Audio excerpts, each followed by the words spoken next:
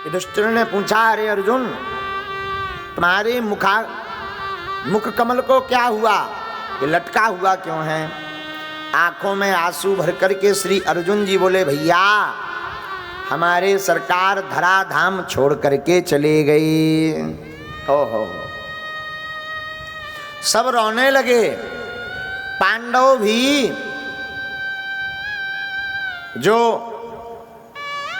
उत्तरा के गर्भ से एक बालक उत्पन्न हुआ था जिनका नाम परीक्षित जी था, परीक्षित जी को राजा बना करके पांडव भी चले गए। अब राजा हो गए महाराज परीक्षित। राज्य करते ही एक दिन भ्रमण करने को गए। आहा, भ्रमण करने गए तो एक काला पुरुष एक गाय को, एक बैल को पीट रहा था। राजा नाराज हो गए, ए धूर्त, सावधान, तुम गौ माता को मारते हो, तुम्हें पता नहीं ये वो गौ हैं जिनके पीछे हमारे गोपाल भागे हैं, सावधान हो जाओ, हम तुम्हें मृत्यु दंड देंगे। वो काला काला पुरुष हाथ जोड़कर खड़ा हो गया, सरकार हमें मत मारो। क्यों? महाराज मैं कलयुग हूं, कलयुग। तो राजा परीक्षित कहने लगे, तुम हमारे राज्य में कैसे आए, तुम्हें इजाजत किसने दी? कलयुग बोला, सरकार पूरी पृथ्वी पर आपका ही राज्य है, संपूर्ण भूरी धरा पर आपका राज्य है, हम कहां जावें? तो राजा परीक्षित ने 4 स्थान कलयुग को दिए। कितने स्थान दिए? 4। जरा ध्यान से सुनना, कौन कौन से स्थान दिए। राजा परीक्षित ने 4 स्थान दिए। धूतम पानम स्त्रिया सूना यत्र धर्मश्च चतुर्विधा। जाओ, तुम्हें 4 कमरे देते हैं। पहला कमरा कौन सा दिया? जहां पर जुआ खेला जाता हो, जिस घर के सदस्य जुआ खेलते हो, वहां पर जाकर तुम निवास करो। कलयुग बोला जय हो। दूसरा पानम, जिस घर में पौवा पिया जाता हो, जिस घर के सदस्य पौवा पीते हो, बेचते हो, जाओ कलयुग तुम वहां पर जाकर के निवास करो। तीसरा स्थान सुनिए, स्त्रिया सूना, जिस घर में लंपट स्त्री अथवा लंपट पुरुष रहते हो, जिस घर की स्त्रियां पर पुरुष का संग करती हैं, अथवा जिस घर का पुरुष पर स्त्री का गमन करता है, ऐसे घर में जाकर के तुम निवास करो। चौथा स्थान, स्त्रिया सूना, जहां पर मांस भक्षण किया जाता हो, मांस बेचा जाता हो, जिस घर के सदस्य मांस खाते हो, कलयुग जाओ तुम उस घर में जाकर के निवास करो। कलयुग हाथ जोड़ के बोला, सरकार आपने जितने भी स्थान दे सब खतरनाक, कम से कम एक बढ़िया तो दे दो। मकान चाहे जैसा हो पर बैठका बढ़िया होना चाहिए, कम से कम रिश्तेदार आ जाएं तो बैठने की व्यवस्था तो ठीक ठाक हो, सोफा उफा डले हो, कमरा वीआईपी हो। अब आपने जितने भी कमरे दिए सब खतरनाक दिए, कहीं पौवा वाला दे दिया, कहीं मांस वाला दे दिया, कोई अच्छा सा स्थान भी दो। अच्छा ठीक है, ठीक है, अच्छा भाई चिल्लाओ मत, सुनो 5वां स्थान ले लो। कलयुग को 5वां स्थान दिया स्वर्ण में, स्वर्ण यानी सोना, गोल्ड, 5वां स्थान स्वर्ण में दिया। देखो भाई, जितने कथा सुन रहे हैं हम सबको सावधानी पूर्वक बता दें, सोने पर स्वर्ण पर कलयुग का वास है। तुम्हारे घर में जितना भी रखा हो कल चढ़ा देना। हाँ, हम सब पचा लेंगे। और ध्यान देना, थोड़ा सा भी ना रह जाए, वरना कलयुग चिपक जाएगा वहीं। तो कल ही परसों, ये तो विनोद की बात थी, हंसी की बात थी। सत्य बात यह है, कौन से स्वर्ण में कलयुग का वास है जरा सुनना। सभी सोने में कलयुग का वास नहीं है। उस स्वर्ण में कलयुग का वास है जो सोना भाई से झीना झपटी करके लिया गया हो, बंटवारे में छल पूर्वक लिया गया हो, चोरी करके लिया गया हो, अथवा भूमि पर गिरा हुआ मिला हो, ऐसे स्वर्ण पर कलयुग का वास है। तब तो गांव में कहावत है, सोना गिरना भी बेकार है और स्वर्ण का मिलना भी बेकार है। परीक्षित जी घर आ गए, गाय से पूछने लगे तुम कौन हो? तो उन्होंने कहा हम तो पृथ्वी हैं। बैल से पूछा तुम कौन हो? महाराज हम धर्म हैं।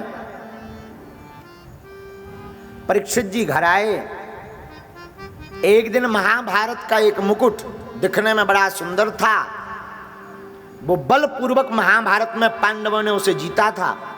वो सोने का मुकुट बड़ा अच्छा लगा तो परीक्षित जी ने वो धारण कर लिया। कलयुग को आज तक मौका नहीं मिला, आज परीक्षित जी के सिर पर बैठने का मौका मिल गया। आज तक परीक्षित जी शिकार खेलने नहीं गए, आज गए। शिकार तो मिला नहीं। एक महात्मा आंख मूंछ करके भगवान का ध्यान कर रहे थे। उन महात्मा को ध्यान करते देखा समीक ऋषि को, तो नाराज हो गए। कलयुग का प्रभाव सिर पे पड़ गया, मस्तक पर। ए बाबा, झूठी समाधि लगाकर बैठ गया, पानी पिला। महात्मा तो ध्यान मग्न थे, कोई जवाब नहीं दिया। तो राजा परीक्षित ने एक मरा हुआ सांप महात्मा के गले में डाल दिया। महात्मा तो ध्यान में थे, कोई अता पता नहीं। समीक ऋषि के पुत्र का नाम था श्रृंगी ऋषि। क्या नाम था? श्रृंगी ऋषि। पुत्र ने अपने पिता का अपमान देखा तो अंजलि में जल लेकर श्राप दे दिया कि जिसने भी हमारे पिता का ऐसा अपमान किया उसकी आज से ठीक 7वें दिन तक्षक नामक नाग के काटने से मृत्यु हो जाए। समीक ऋषि को बाद में पता लगा तो बड़े पछताए। बेटा, वो बड़े धर्मात्मा थे, उन्हें मरने का श्राप नहीं देना चाहिए। राजा परीक्षित को खबर दी कि तुम्हें श्राप मिल गया। तो राजा परीक्षित जी ने घर बार छोड़ करके गंगा के किनारे स्थान ले लिया। बड़े बड़े महात्मा पधारे। राजा परीक्षित जी सबसे पूछते, महाराज जिसकी मृत्यु निश्चित हो उसे क्या करना चाहिए? किसी ने कोई उपाय बताया, किसी ने कोई उपाय। उसी समय श्री सुखदेव जी महाराज का आगमन हुआ और प्रणाम किया परीक्षित जी ने। तो प्रश्न किया, महाराज आपसे मैं कुछ पूछना चाहता हूं, बोलो। एसाम संस्मरणात् पुंसां सद्या शुद्ध्यन्ति वै ग्रहा किम पुनर्दर्शन स्पर्श पाद शौचा आश्रणादिभिः अतः प्रक्षामि संसिद्धिं योगिनां परमं गुरुं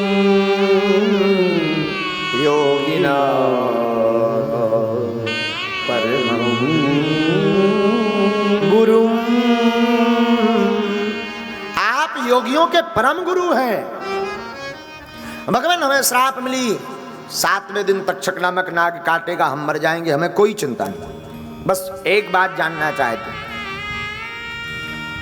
म्रियमाणस्य किम कर्तव्यम, जो इसको मरना है उसका कर्तव्य क्या है, बस ये बता दो। ध्यान से सुनना, बहुत अद्भुत कथा है। महाराज अगर बता ही रहे तो जरा विस्तार पूर्वक बता देना है आप।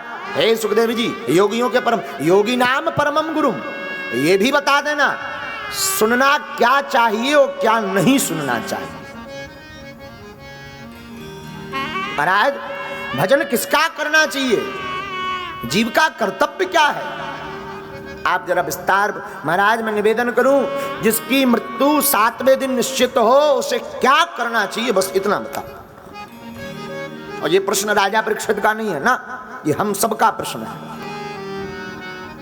क्योंकि हमारी आपकी सबकी मृत्यु 7 दिन के अंदर ही होती है, चाहे मंगलवार को मरो या बुधवार को। गुरुवार को मरो या शुक्रवार को, मरना 7 ही दिन के अंदर है। अब स्पेशल तुमने 8वां बना लिया हो तो राम जी जाने, बोलो सीताराम। मरना 7 दिन के ही अंदर, तो मरणासन्न व्यक्ति का भगवान धर्म क्या है, आप विस्तार पूर्वक बताइए।